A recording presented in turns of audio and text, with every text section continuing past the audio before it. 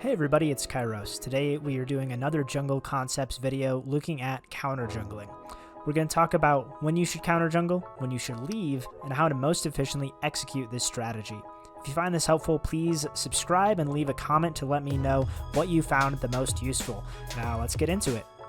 The first question to ask when looking to counter jungle is, when is it okay to invade?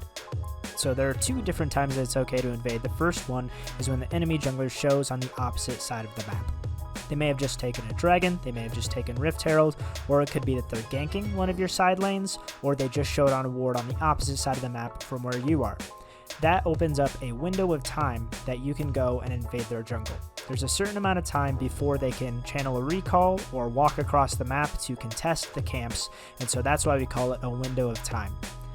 The second opportunity that you have for counter jungling is if you have priority in the adjacent lanes and you're stronger than the enemy jungler. That means you can just walk right in and push them off of the camps because you're stronger, you can 1v1 them, or you have the collapse advantage from your adjacent teammates. The second question to ask is, how long until they come back? And I used Elise to calculate this out because she, in human form, has one of the lower base movement speeds in the game, but then in her spider form with boots, she's one of the faster junglers in the game. And so I looked at her coming back out of base into the lane. And if she does have to channel a full back and then walk out to the nearest camp, it would be about 32 seconds until she can test a camp. But if she does have boots and she's in spider form, at the faster speed, the jungler could come and contest you at about 28 seconds. And so that's the range that once you see a jungler on the map leave, then you know it'll take them 8 seconds to recall and about 20 at least seconds to get back onto the map and contest the camps. So as soon as the jungler leaves vision, this is when the countdown should start in your head of I have 30 seconds about to clear as many camps as possible and then be heading out of the jungle back onto my side where it's safe again. And now we're going to talk about the actual execution. We use a concept that I call inside out counter jungling, because what you're trying to do is get inside the enemy jungle as quickly as possible when you see a window, and then work your way back out to safety. In this example, the enemy has just shown ganking bot lane, and so you recognize a window for counter jungling if you're on the opposite side of the map. And we'll use colors to symbolize how safe a part of the jungle is. So normally your jungle is green, the river is yellow, and then the enemy jungle is red because it's the most dangerous part, and green because it's the safest part of the map. Once the enemy jungler shows on the opposite side of the map, the colors actually change. So the river becomes green because it's extremely safe, and then the enemy jungle becomes yellow because it's more safe than red based on the advantage that you have from them showing on the opposite side of the map.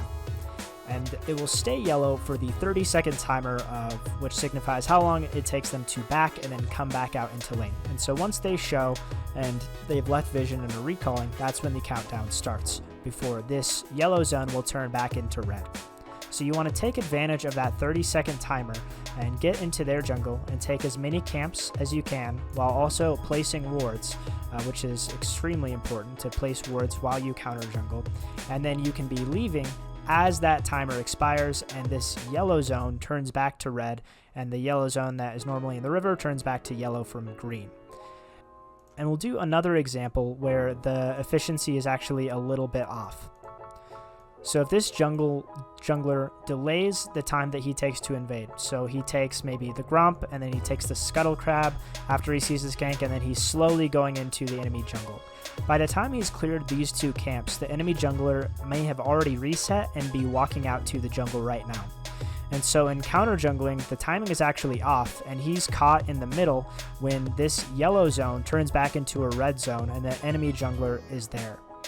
And so that's why it's really important to use the timing that you have to make sure that you're counter jungling while it is safe and getting out while it is still safe, rather than wasting time on your own camps before you go for counter jungling and then being caught out just a little bit behind on the tempo. And now we'll look more closely at an example that really shows why warding as part of counter jungling is so important.